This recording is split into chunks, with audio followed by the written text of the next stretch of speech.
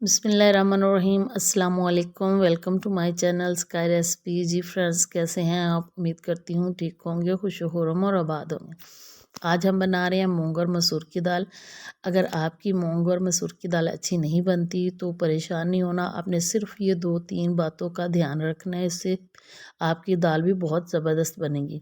सबसे पहले तो आपने दाल अच्छे वाली लेनी है। ये देखिए, बारीक वाली मसूर की दाल लेनी है और बारीक वाली ही मूंग की दाल लेनी है, क्योंकि यही देसी और असली वाली दाल है। बाकी जो दालें आती हैं मार्केट में वो फार्मी होती हैं या वो फिर और किस्म की दालों को कलर करके जो है ना वो बनाई जाती हैं।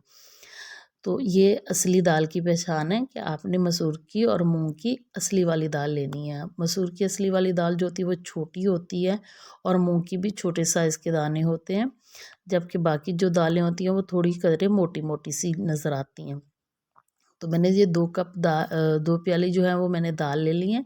अपने दालों को सबसे पहले अच्छे से साफ़ कर लेना है, क्योंकि इसके अंदर बारीक जो होते हैं वो पत्थर होते हैं। इनको साफ़ करके आपने जो है ना इसको अच्छे से वॉश करके भिगोना है, क्योंकि दालों को स्टोर करने के लिए केमिकल लगाया जाता है, जिसकी वजह से इन्हें सुंडी या कीड़ा वगैरह नहीं लगता। तो आपने इसको बहुत अच्छे से मल के धोना है, ताकि जो इसके अंदर से केमिकल लगा है वो रिमूव हो जाए और इसकी स्मेल जो है ना वो केमिकल की ख़त्म हो जाए।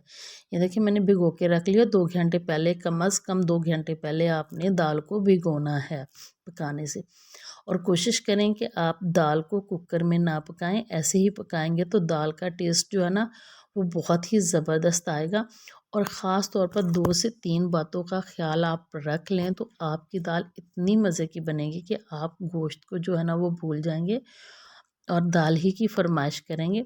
सबसे पहले हम ले लेते हैं एक पैन जिसमें हमने दाल बनानी है। ये मेरे पास, इसमें मैंने डाल दिया पानी। पानी जो है मेरे पास, दाल जो है वो तकरीबन 250 ग्राम है, तो मैं इसके अंदर जो पानी है वो तकरीबन मैं 3 से 4 केजी डालूँगी, ताकि खुले पानी में जो है ना हमारी दाल पके। और हमने जो पानी को ढक्कन लगा के रख दिया ताकि पानी गर्म हो जाए। आपने ख्याल ये करना, कभी भी ठंडे पानी में दाल नहीं डालनी। जो आप ठंडे पानी में दाल डालते हो वो दाल घुलती नहीं है, अच्छे से गलती नहीं है। तो पानी में बबल्स आना शुरू हो गए हैं, अब मैं इसके अंदर दाल डाल दूँगी। मैं आपसे फिर कहती हूँ कि दाल को बहुत अच्छी तरह से धोआ करें, ताकि इसके अंदर जो केमिकल लगा हुआ है वो भी रिमूव हो जाए। अगर हम उसको रिमूव नहीं करेंगे तो उसका भी दाल के टेस्ट पे बहुत असर होता है, तो दाल अच्छी नहीं बनती। तमाम तर जो है वो दाल मैं इसके अंदर शामिल कर दूँगी और इसको जो है ना वो मैं अभी इसके अंदर कोई भी हमने चीज़ ऐड नहीं करनी, ना कोई प्याज, कुछ भी। अभी मैंने आपको बताती हूँ कि इसके साथ हमने आगे करना क्या है, जिसकी वजह से अगर हम वो नहीं करेंगे तो दाल के टेस्ट पे बहुत फ़र्क आएगा। तो हमने इसको कवर लगा के रख देना है।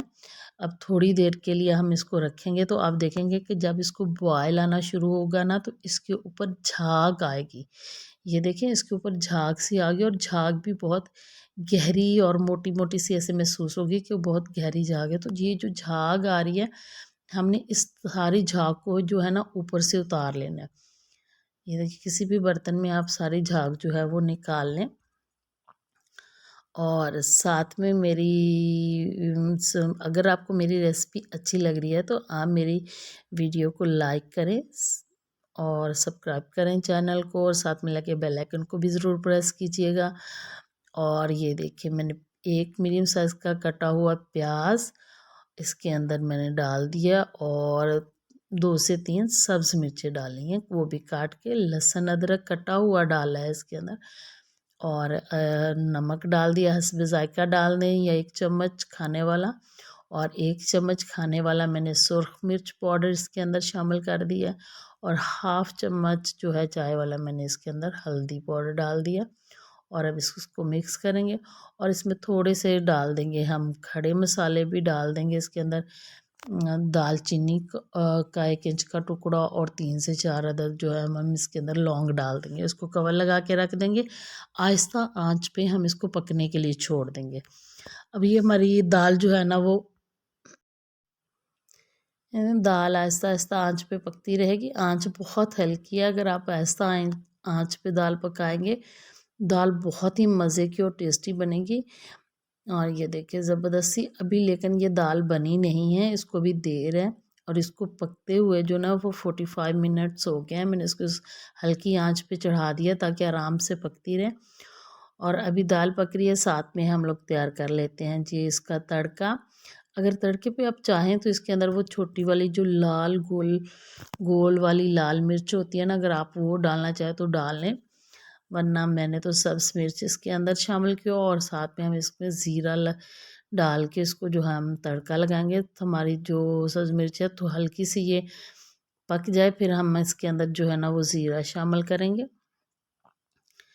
इसी तरह हम इसको हल्का सा करेंगे। ये जो सब्ज़ मिर्च है इसका बहुत ही ज़बरदस्त टेस्ट आता है सालन में। जो सालन में डालो, किसी भी सालन में डालो इस तरह फ्राई करके, तो सब्ज़ मिर्च का बहुत टेस्ट आता है। और दूसरा, जिन्हें ज़्यादा स्पाइसी चाहिए तो वो एक आधी मिर्च साथ में ले लें तो उनका मसला भी हल हो जाता है। तो ये देखिए 1 चम्मच भर के जो है ना वो मैंने ज़ीरा इसके अंदर शामिल कर दिया। और बस इसको हल्का सी आंच पे हल्का सा ज़ीरा हमने फ्राई करना है, इसको कड़कड़ाना है। और फिर हमने बस दाल को तड़का लगा देना है। ये देखिए जी माशाल्लाह से सुभान अल्लाह, बहुत ही अच्छी खुशबू। ये माशाल्लाह बहुत ही ज़बरदस्त खुशबू आ रही है। दाल हमारी पक के जो हो गई है वो तकरीबन तैयार। अब हमने जी इस तरह बर्तन को अच्छे से साफ़ कर लेते और इसको मिक्स करेंगे। तड़का लगाने के बाद आपने 4 से 5 मिनट तक के लिए दाल को हल्की आंच पे पकने देना है, ताकि जो घी हमने डाला है या ऑयल डाला है, आप जिस चीज़ का भी तड़का लगा रही हैं, मक्खन का, घी का, ऑयल का, तो वो बिल्कुल इसके अंदर जज़्ब हो जाए और बहुत ही ज़बरदस्त इसका टेस्ट आएगा। और इसके ऊपर से थोड़ा सा डाल देते हैं हम धनिया, और इसमें गरम मसाला डालेंगे। और फिर हम इसको कवर लगा के जो है ना हम रख देंगे। गरम मसाले की वीडियो मेरे से स्किप हो गई है तो मैंने बता दिया आपको। अब हम इसमें सर्व कर लेते हैं जी। प्यारी सी एक कटोरी में हमने इसको डालना है। और ये बहुत ही मज़े की टेस्टी दाल है। आपने इसको ज़रूर बनाना है इस तरीके से बना के, और मुझे ज़रूर बताना है कि आपको मेरी दाल की ये रेसिपी कैसी लगी। अपना रखिएगा ख्याल, अपने अंगूठे का ख़ास तौर पर ख्याल रखिएगा, क्योंकि इससे आपने मेरी वीडियो को करना है लाइक और चैनल को करना है सब्सक्राइब। तो इसी के साथ अपना रखिए ख्याल, मुझे दीजिए इजाज़त। अल्लाह हाफिज़।